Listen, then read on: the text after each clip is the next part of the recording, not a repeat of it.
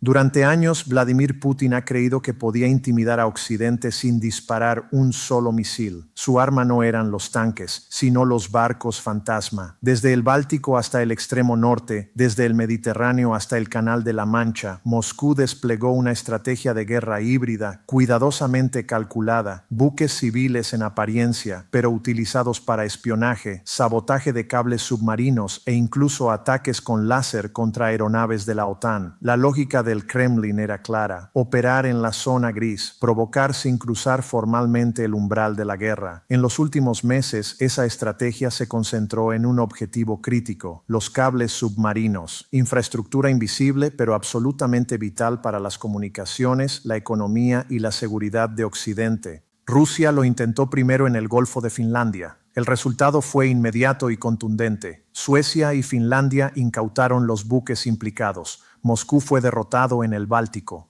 Lejos de retroceder, Putin decidió probar suerte en otro escenario, el Canal de Bristol. No fue una elección casual. Apenas semanas antes, Estados Unidos y el Reino Unido habían confiscado buques de la flota sombra rusa en esa misma zona. El mensaje occidental era evidente, pero el Kremlin decidió ignorarlo. El buque ruso Synagogue ancló directamente sobre 5 cables submarinos estratégicos que conectan al Reino Unido con Estados Unidos, Canadá y Europa continental. Moscú confiaba en que, bajo la excusa de un incidente técnico, podría dañar estas líneas sin consecuencias. Esta vez, el cálculo fue completamente erróneo, porque algo había cambiado. Se había acabado la tolerancia. La respuesta británica no fue una protesta diplomática, sino una intervención militar inmediata. La Royal Navy entró en acción. No hubo advertencias prolongadas. No hubo margen para la evasión. Putin quedó acorralado. Una a una, sus operaciones encubiertas comenzaron a volverse contra él. La guerra submarina secreta del Kremlin chocó contra un muro en el Canal de Bristol. La mañana del 27 de enero de 2026, el Synagogue permanecía anclado sobre cables transatlánticos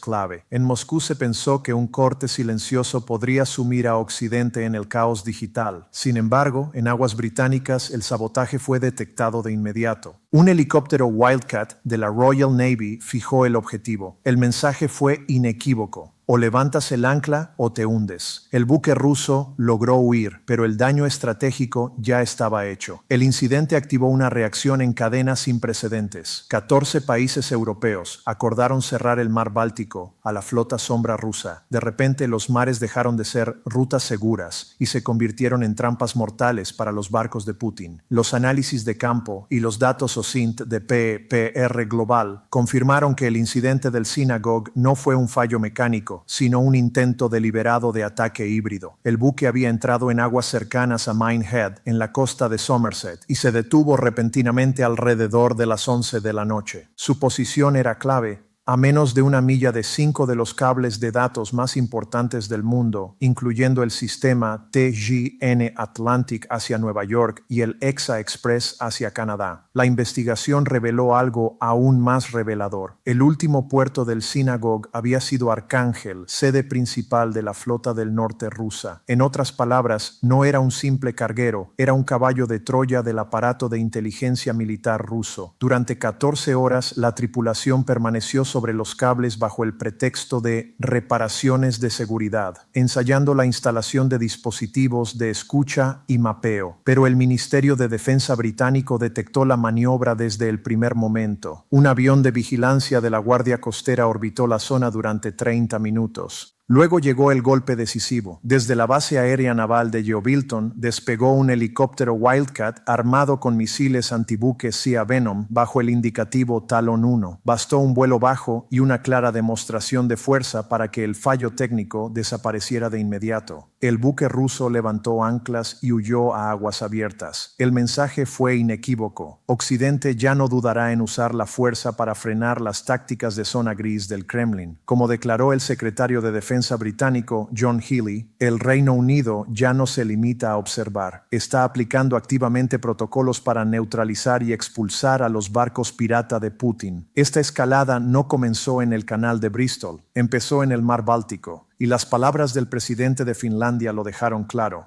Junto a nuestros aliados, garantizamos que Rusia nunca volverá a atacar a un país vecino. Nuestra relación con Rusia ha cambiado de forma permanente. Putin creyó que libraba una guerra en la sombra. Sus agentes cortaban cables, probaban límites y confiaban en que la OTAN respondería solo con comunicados. Era el juego favorito de Moscú, pero cuando el Kremlin dio la orden final en el Golfo de Finlandia, ese juego se convirtió en una pesadilla estratégica. En apenas 13 días, Rusia perdió el control de San Petersburgo, su ventana de 300 años hacia Occidente. La firma de su propia sentencia económica. Para Rusia, el mar Báltico dejó de ser una autopista comercial y pasó a convertirse en una celda sin salida, un espacio cerrado, con muros invisibles que se estrechan a cada segundo. Eso fue lo que quedó claro cuando la policía finlandesa abordó el buque ruso Fitberg sin vacilación alguna, lo incautó y esposó a su tripulación. En un solo movimiento, Finlandia destruyó el mito de la inmunidad de la flota sombra rusa. No se trató de una inspección rutinaria, tampoco de una advertencia diplomática.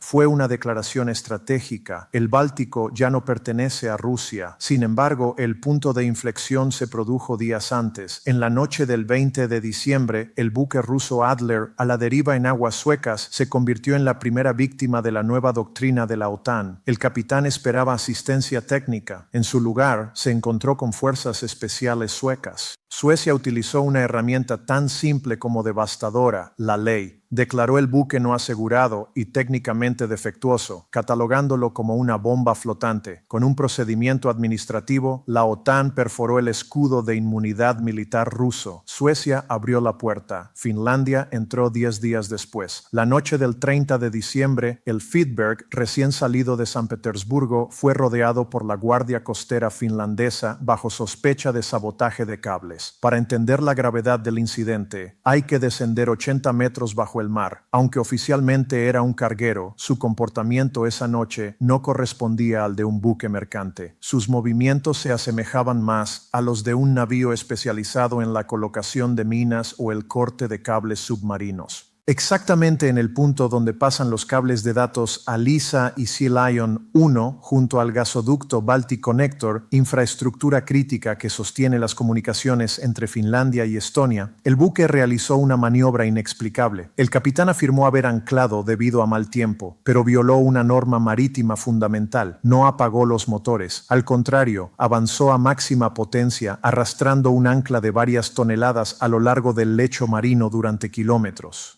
Finlandia no permitió que el buque escapara hacia aguas internacionales. Cuando el Fitberg ignoró las órdenes de detención por radio, fue interceptado dentro de la zona económica exclusiva finlandesa, a escasos metros del límite internacional. Moscú protestó de inmediato. No pueden tocar un buque comercial ruso.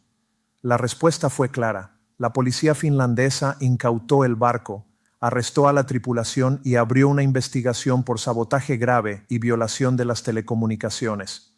El mensaje fue inequívoco. Cualquier buque ruso sospechoso será tratado como una escena del crimen.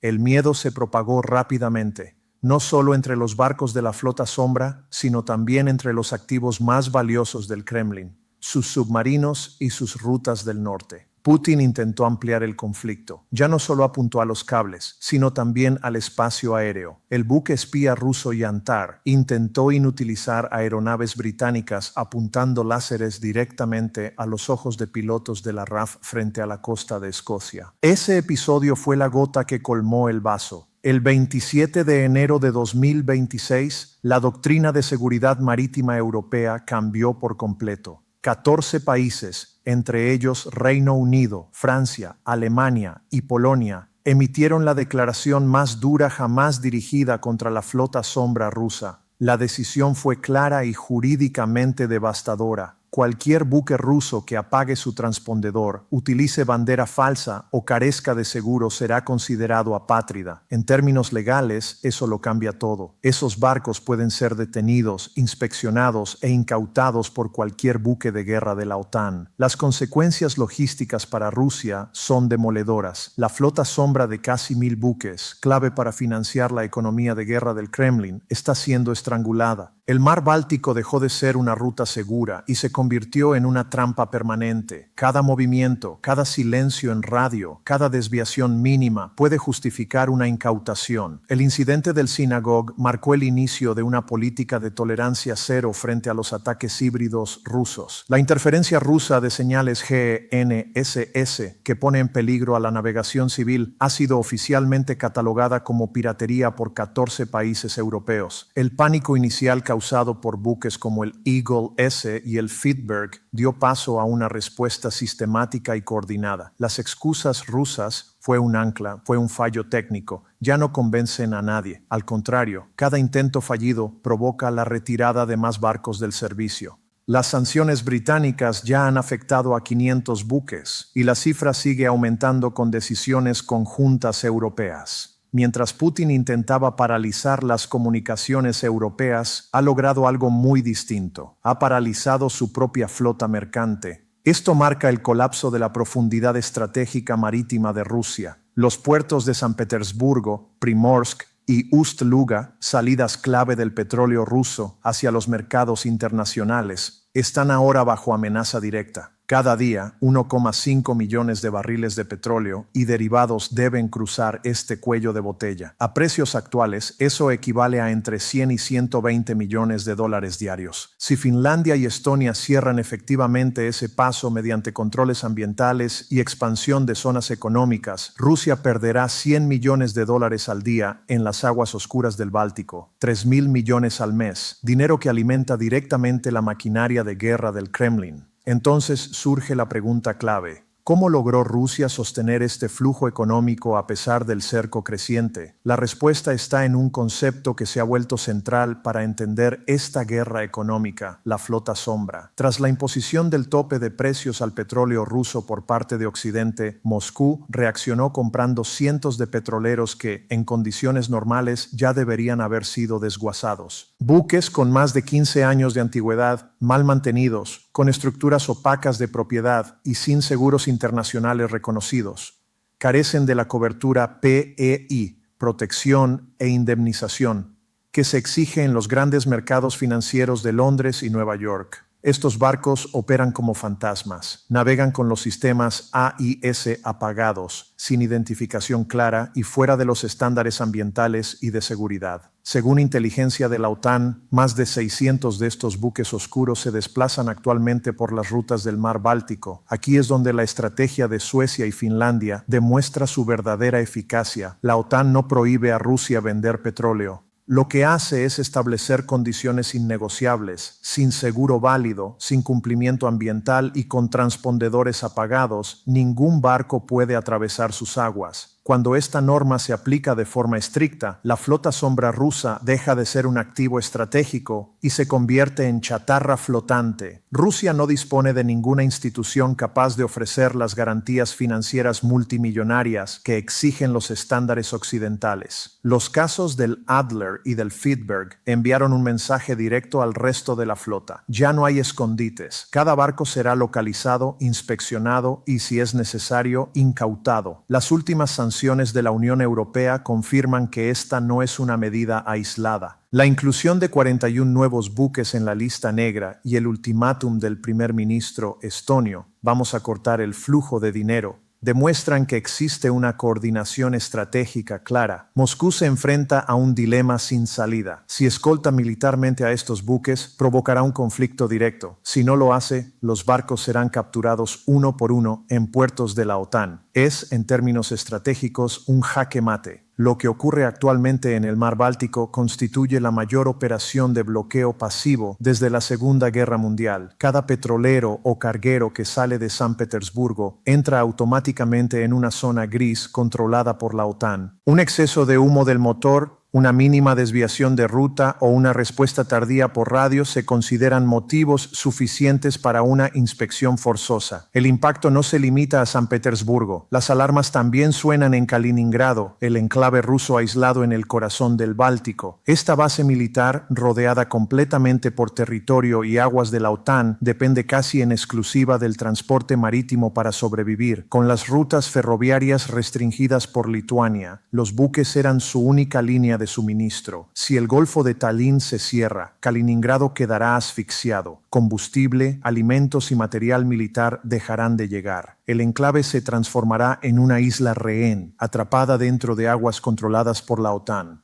En última instancia, el intento de sabotaje del Synagogue y la respuesta conjunta de 14 países simbolizan el colapso definitivo de la doctrina de guerra híbrida de Putin. Durante años, Rusia operó en una zona ambigua, ni guerra abierta ni paz real. Flotas encubiertas, interferencias electrónicas y sabotaje de infraestructura eran los pilares de esa estrategia. A partir de enero de 2026, esa zona gris dejó de existir. Occidente ha vuelto a definir el mar en términos absolutos, aliado o adversario. La intervención del helicóptero Wildcat británico fue la señal más clara de ese cambio. Os vemos y estamos dispuestos a actuar. Desde el punto de vista estratégico, esta situación expone la mayor debilidad de Moscú. Rusia no tiene la capacidad tecnológica ni militar para enfrentarse a una coalición naval de la OTAN. Su flota sombra, compuesta por barcos viejos y mal mantenidos, es completamente vulnerable frente a fragatas modernas y plataformas armadas con munición inteligente. El cierre del mar Báltico supone la pérdida total de una región que el Kremlin consideraba su patio trasero. Mientras Putin intentaba silenciar al mundo cortando cables transatlánticos, la declaración firmada por 14 países terminó silenciando a su propia flota. El desenlace estratégico es inevitable. La flota sombra rusa ya no es el cazador, es el objetivo. La ilusión híbrida de Putin en el mar ha sido completamente desmantelada. El mensaje es inequívoco. Cada ancla rusa que toque infraestructuras de la OTAN es una sentencia contra sí misma. No quedan puertos seguros, no quedan zonas grises. El mar se ha convertido en una prisión para la flota del Kremlin. Ahora la pregunta queda abierta. ¿Qué consecuencias tendrá este giro estratégico para el futuro del conflicto? Déjenos su opinión en los comentarios.